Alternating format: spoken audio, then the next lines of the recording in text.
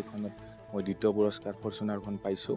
পাই মোৰ বহুত সুখী আৰু সৰুৰ পৰাই বহুত এটা আশা আছিল যে এদিন হাউলিৰ এটা লটাৰীত এখন কিবা পুৰস্কাৰ পাম। সেই পূৰণটো ভগৱানে কালি পূৰণ কৰি দিলে। বহুত মই 5টা টিকেট কাটিছিলোঁ, তাৰে এটাত পাইছোঁ। বহুত সুখী। মই আমাৰ এটা এনে ভোগালী জলপানৰ এটা সৰু মানে ফেক্টৰী এটা আছে, দোকান এখন আছে। তাতে আমি লাৰু পিঠাবোৰ বিক্ৰী কৰোঁ।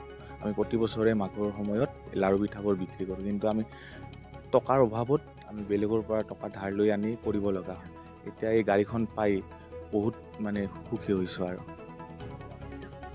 বহুত ধন্যবাদ। এনেকুৱা যাতে লটাৰী আগে পিছেও যাতে পাই থাকোঁ, স্বচ্ছ খেলা যাতে হৈ থাকে, সেইটোৰ কাৰণে ভাল লাগে আৰু।